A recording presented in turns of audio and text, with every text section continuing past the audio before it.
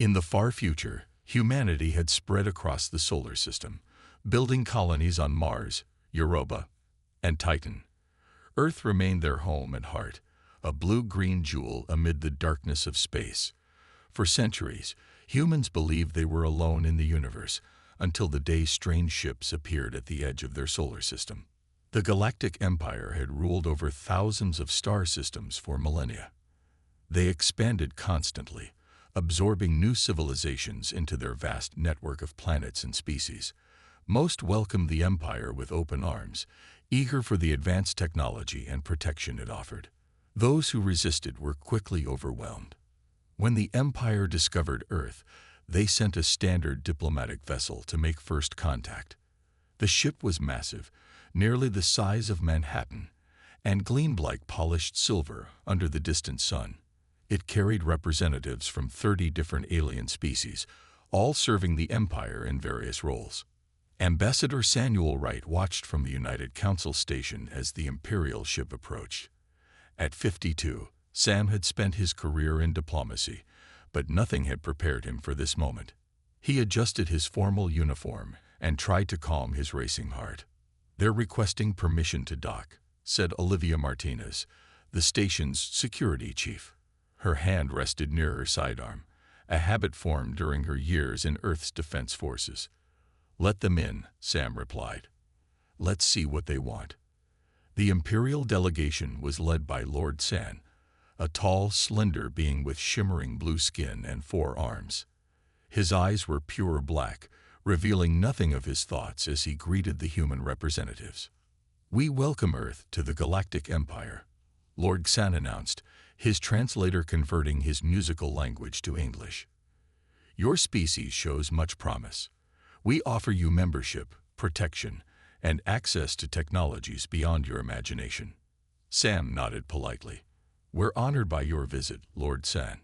However, we need time to consider such an important decision." The meeting continued for hours. Imperial representatives outlined the benefits of joining their civilization: medical advances that could extend human lifespans, faster than light travel technology, and trade with thousands of worlds.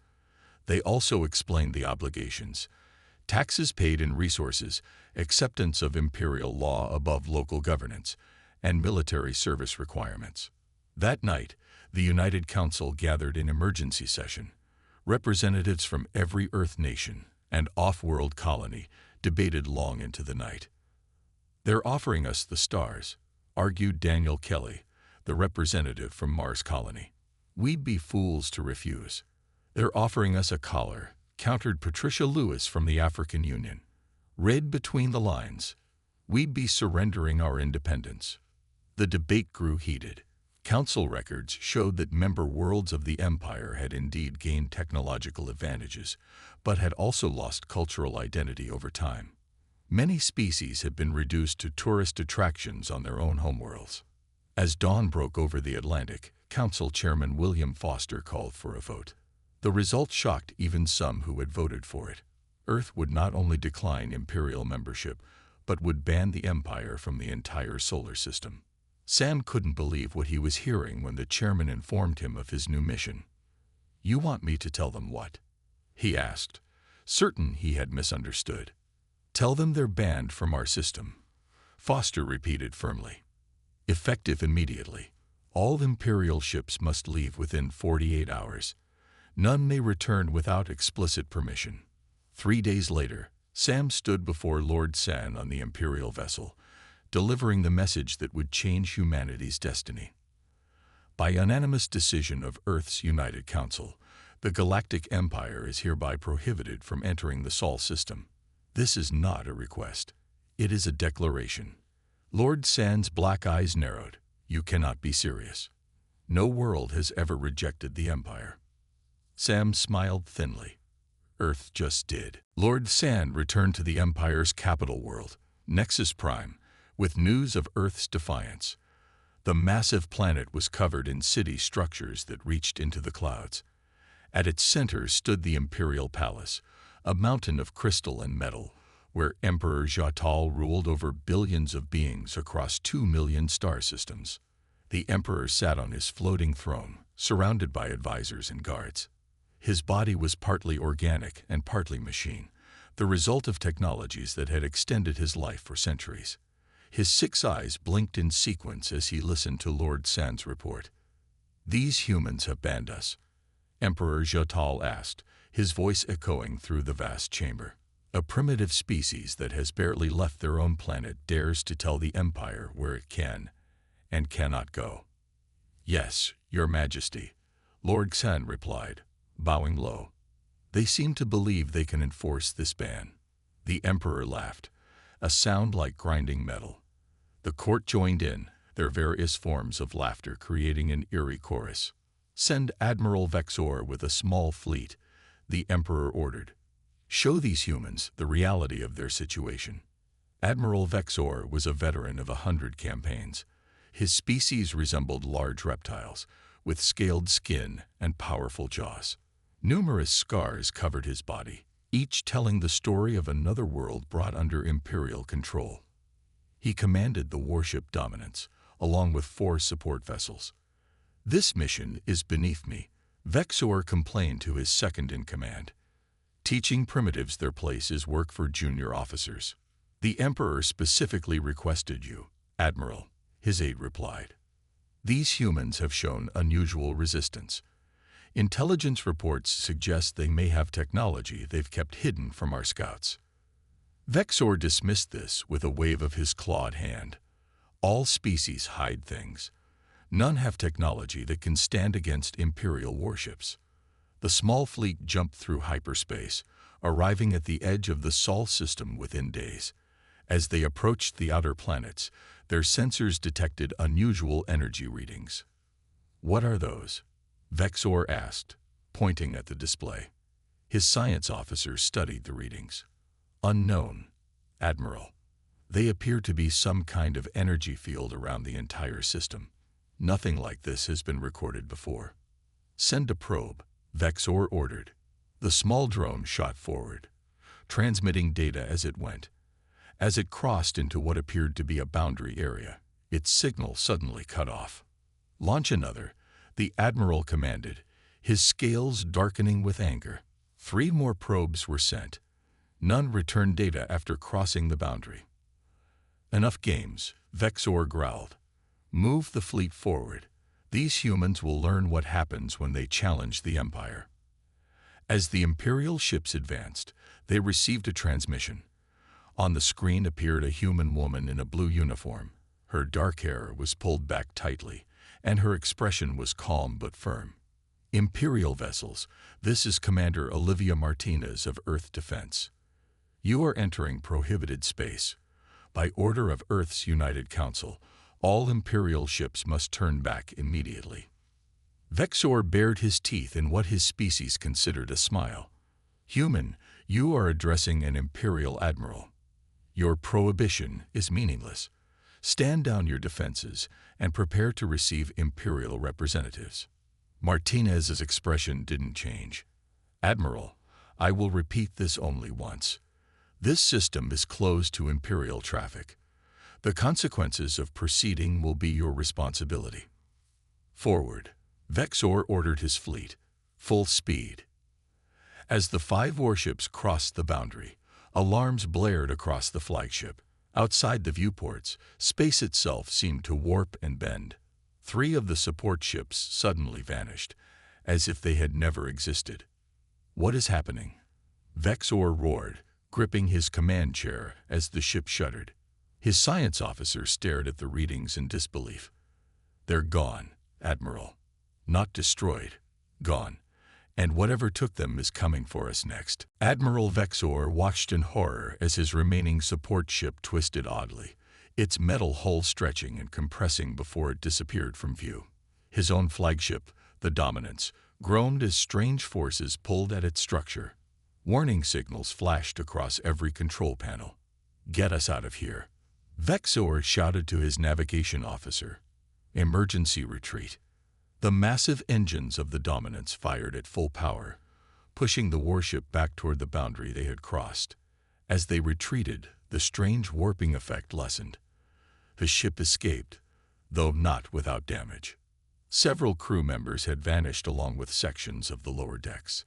Once at a safe distance, Vexor received another transmission from the human vessel.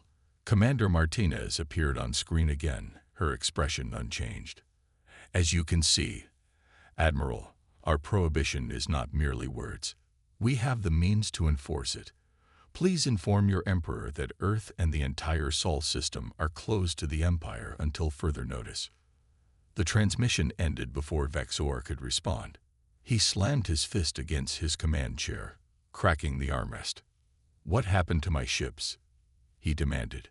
His science officer worked frantically at his station. "It appears the humans have developed some form of space-time manipulation technology. The missing ships weren't destroyed. They were removed from our reality, possibly sent to another dimension or timeline." This was impossible. Such technology was theoretical even to the Empire's most advanced scientists. How could these humans, who had only achieved spaceflight a few centuries ago, develop weapons that could bend reality itself? Back on Earth, Commander Martinez and Science Officer Daniel Kelly reported to the United Council about the encounter. The Council met in their underground chamber beneath Geneva, where representatives from Earth and its colonies gathered around a circular table. The barrier network performed exactly as designed, Kelly explained, showing holographic images of the Imperial ships disappearing. The displaced vessels have been sent to a pocket dimension where time passes differently. For them, only seconds will pass before we retrieve and return them, after the Empire agrees to our terms. William Foster, the Council Chairman, nodded with satisfaction. "And the Empire now knows we can enforce our ban. Excellent work." Patricia Lewis, the intelligence chief, looked concerned. "They won't give up so easily. The Empire has never faced resistance like this before. Their next move will be more aggressive." "Let them try," Martins said confidently. "The barrier network can be expanded if needed. We can protect our entire system." Meanwhile, on Nexus Prime, Admiral Vexor knelt before Emperor Jatal, having just finished explaining his defeat. The throne room had gone completely silent. "You lost 3 warships to these humans?" the Emperor asked, his voice dangerously quiet. "Not lost, Your Majesty," Vexor replied, keeping his head down. "They were removed somehow. The humans have technology we've never encountered before." The Emperor rose from his throne, his cybernetic legs whirring softly.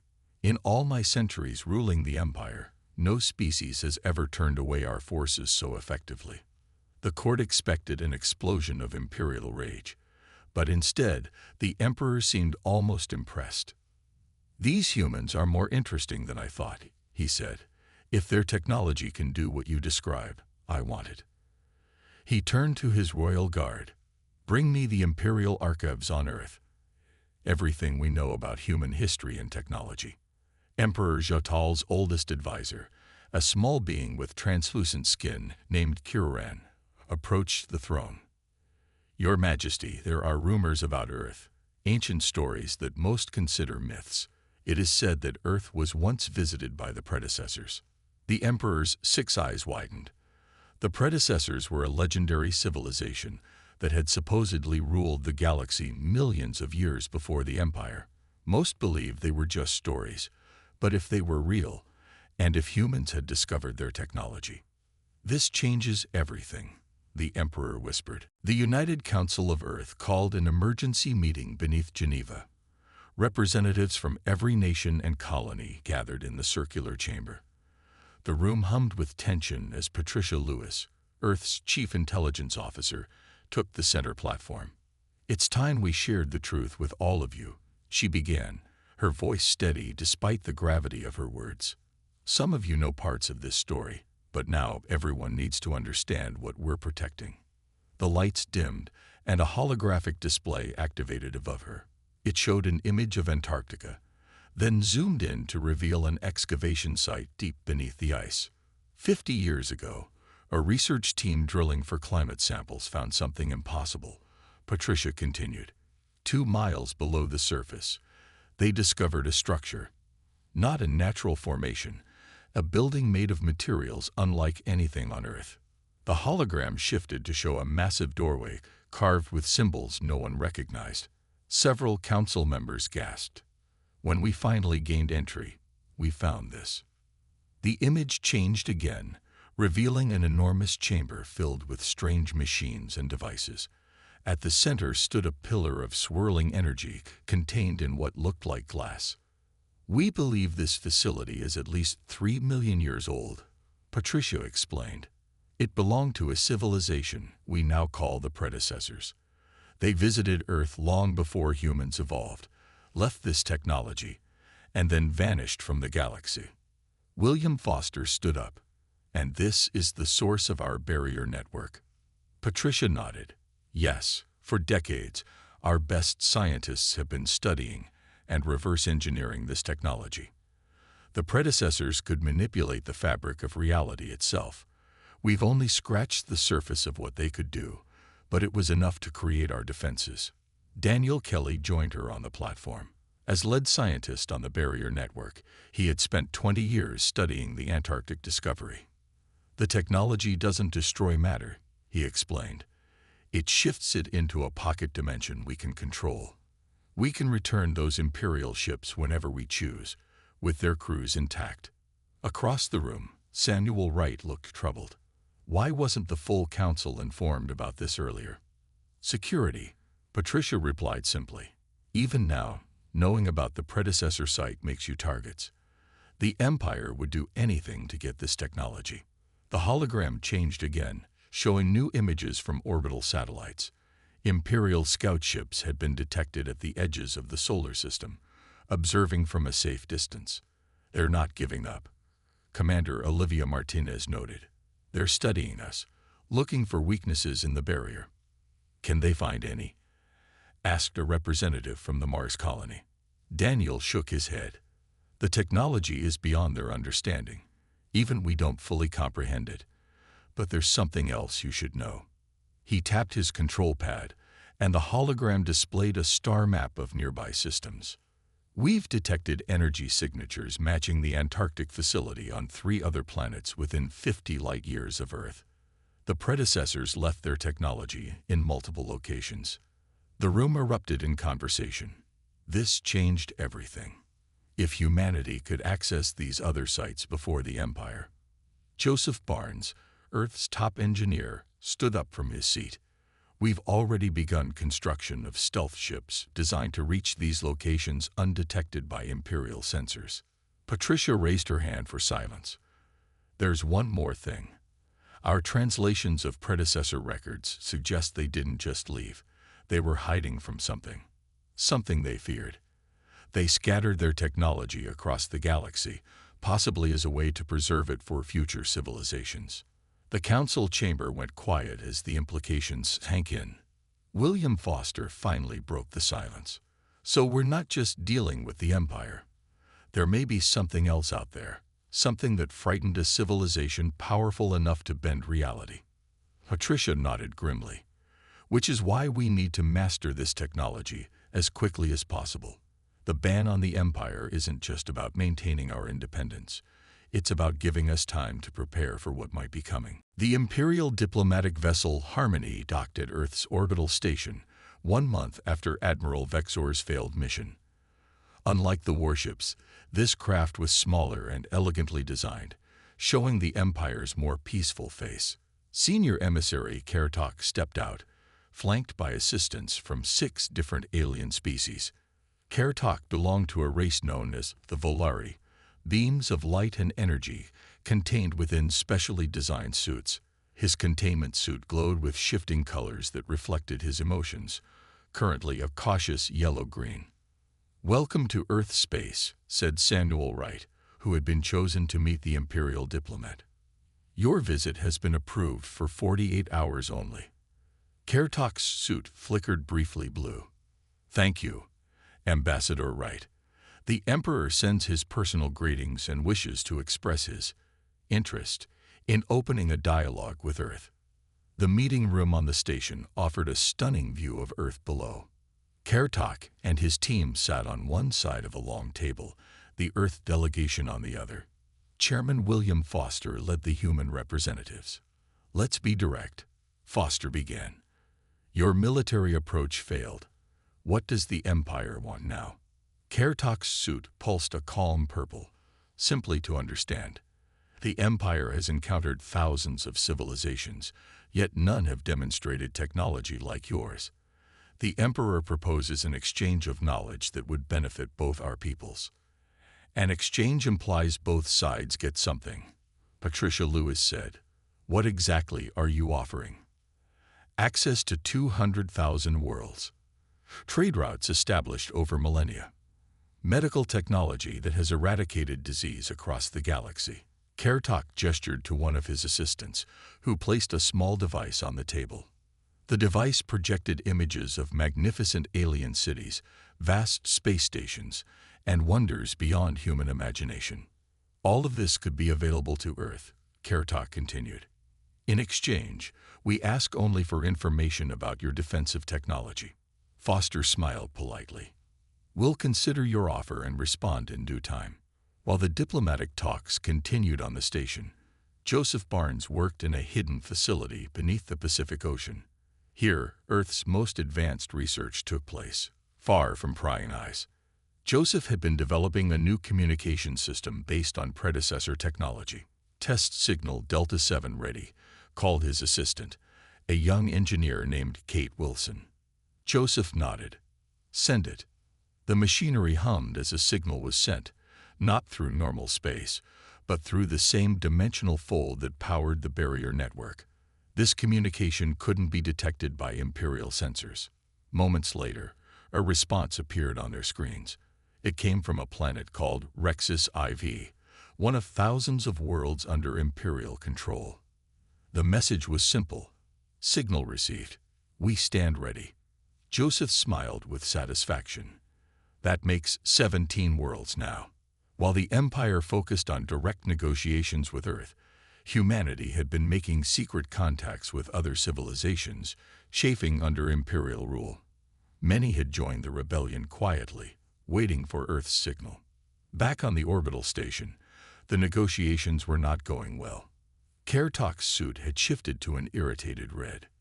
"Chairman Foster, we have been discussing these matters for 2 days with no progress," the emissary said. "The Emperor grows impatient. He has authorized me to inform you that refusal to cooperate will have consequences." Foster remained calm. "Are you threatening Earth, emissary?" "Not at all," Kertok replied smoothly. "Merely stating facts. The Empire controls the galactic economy. We could isolate your system, prevent all trade and contact with other worlds."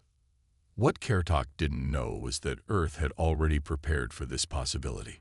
During the Empire's diplomatic mission, 5 stealth ships had departed the solar system, heading for the nearest Predecessor site. They carried Earth's best scientists and engineers. "We understand your position," Foster said, "and we will need more time to consider these matters. Perhaps another meeting in 3 months." Kertok's suit flickered with frustration, but he maintained diplomatic courtesy. "As you wish. The Empire can be patient." As the Imperial delegation prepared to leave, Patricia Lewis received an encrypted message on her personal device. It was from the stealth ship Seeker. They had reached the first Predecessor site on a moon orbiting a distant gas giant. The message contained 3 words that would change everything. Installation access confirmed. The Imperial Senate on Nexus Prime fell silent as Ambassador Elizabeth Carter entered the chamber. 6 months had passed since Earth issued its ban. During that time, the Empire had attempted espionage, economic pressure, and failed negotiations. Now this lone human woman walked confidently through the grand hall where 10,000 representatives from across the galaxy watched with curiosity. Elizabeth was 43 years old, with short auburn hair and sharp green eyes. She wore a simple blue uniform with Earth's new symbol, a spiral pattern discovered in the Predecessor technology, embroidered over her heart. 2 guards flanked her, but they carried no visible weapons. Emperor Jotal sat on his elevated throne at the chamber center. His 6 eyes narrowed as Elizabeth approached and stopped at the speaking platform. "The Empire recognizes Earth's representative," the Emperor announced, his voice amplified throughout the massive hall. "State your purpose here." Elizabeth looked directly at the Emperor, showing none of the fear or awe most species displayed when addressing him. "I come with a message from Earth's United Council," she began, her voice strong and clear. "For 6 months, you have tested our resolve. You have sent spies, threatened our colonies, and attempted to isolate us economically. These efforts have failed." Murmurs spread through the Senate as representatives from various worlds whispered to each other. The Emperor remained still, watching the human with increasing interest. "Today, I am not here to negotiate," Elizabeth continued. "I am here to present terms." The chamber erupted in outrage. Representatives stood from their seats, shouting in hundreds of different languages. The Emperor raised one mechanical hand, and immediate silence fell. "You present terms to the Empire?" he asked, a dangerous edge to his voice. "Perhaps you misunderstand your position, human." Elizabeth activated a small device she carried. Above the platform, a holographic display appeared, showing a star map of the galaxy. Several systems blinked with pulsing blue light, 17 in total. "These worlds have something in common," she explained. "Each contains predecessor technology similar to what we discovered on Earth. And as of today, each is protected by the same barrier network that surrounds our solar system." The Emperor rose from his throne, his cybernetic body tensing. "This is impossible. No technology could be deployed across such distances so quickly." "The predecessors built a network spanning the galaxy," Elizabeth replied. "We've simply reactivated it. These 17 worlds are now independent of Imperial control. Any attempt to enter their systems will result in the same fate your warships experienced at Earth." Images appeared showing Imperial forces attempting to suppress rebellions on 3 different planets. In each case, the Imperial ships disappeared upon crossing the newly activated barriers. "This is the beginning," Elizabeth continued. "Each month, more systems will join our alliance of free worlds. Your empire will shrink, system by system, until only those worlds that truly wish to remain under your rule are left." She paused, letting her words sink in. The Senate had gone completely silent. "However, we offer an alternative path. Acknowledge the sovereignty of any world that wishes independence. Establish fair trade agreements rather than exploitative ones. Transform your empire into a true galactic federation, where membership is by choice, not force." The Emperor's mechanical limbs whirred as he stepped down from his throne, approaching Elizabeth. He towered over her, his partly organic, partly machine face unreadable. "And if we refuse?" he asked quietly. Elizabeth met his gaze without flinching. "Then watch as your empire crumbles around you. The predecessor technology doesn't just create barriers. There are weapons in these installations that could reduce entire planets to dust. We don't wish to use them, but we will if forced." She stepped back and addressed the entire Senate. "You have 1 standard month to provide your answer. Choose wisely." With that, Elizabeth turned and walked out of the chamber, leaving shocked silence behind her. Outside, her guards escorted her to the human embassy ship waiting to take her home. "Did they believe you?" asked the ship's captain as they departed Nexus Prime. Elizabeth smiled. "About the weapons, it doesn't matter. They believed everything else, and that's enough. The truth is, we've only scratched the surface of what the predecessor technology can do." As their ship jumped to faster-than-light travel, rebellion was already spreading through the Empire. The Emperor of the Galactic Empire paced in his private chambers, his mechanical legs making soft clicking sounds against the crystal floor. For 3 weeks, the Imperial Senate had debated Earth's ultimatum. Some worlds called for all-out war, others for immediate surrender. The Empire had never faced such a divide in its 5,000-year history. "Your Majesty," called Kiran, his oldest advisor, "the Senate has reached a decision." Emperor Jatal nodded, his face betraying no emotion. "And?" They vote to accept the humans' terms, Kiran said softly. The economic disruption from the 17 blocked systems has already caused riots on 30 core worlds. If more systems become inaccessible, I understand, the Emperor interrupted.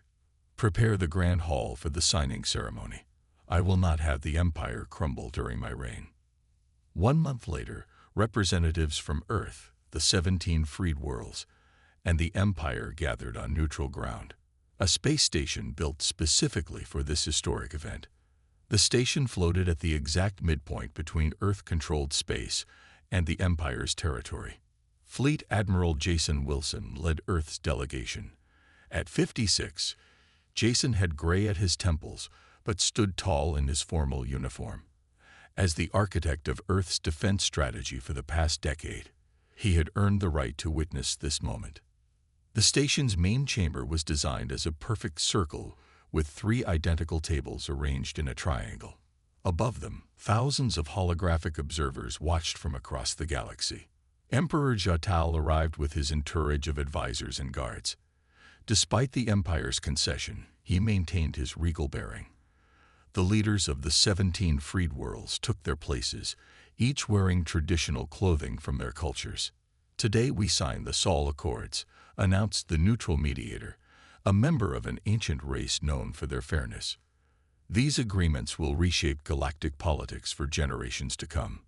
The terms were displayed for all to see. All worlds had the right to choose independence from the Empire. Earth would share limited aspects of Predecessor technology for peaceful purposes only. A new galactic council would be formed where all worlds, Imperial or independent, had equal voice. Free trade would be guaranteed across all systems.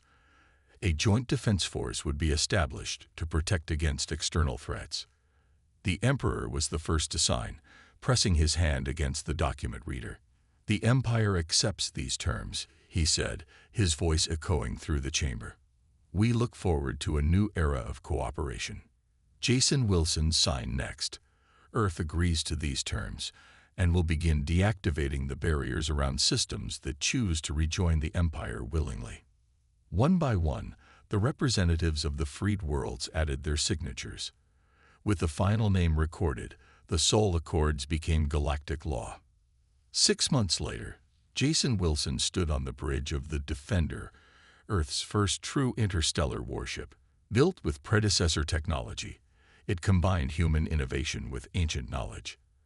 As Fleet Admiral of the newly formed Alliance Defense Force, Jason commanded a growing fleet of ships from 32 worlds that had chosen independence. Admiral called his communications officer, "We're receiving a message from Earth." The holographic image of Patricia Lewis appeared. "Admiral Wilson, our archaeologists have deciphered more of the Predecessor records. We now know why they disappeared." Jason leaned forward. "Tell me." "They didn't die out or leave our galaxy," Patricia explained, her expression grave. "They ascended to another plane of existence. But before they left, they recorded a warning about something they called the Void, an entity or force that consumes entire galaxies.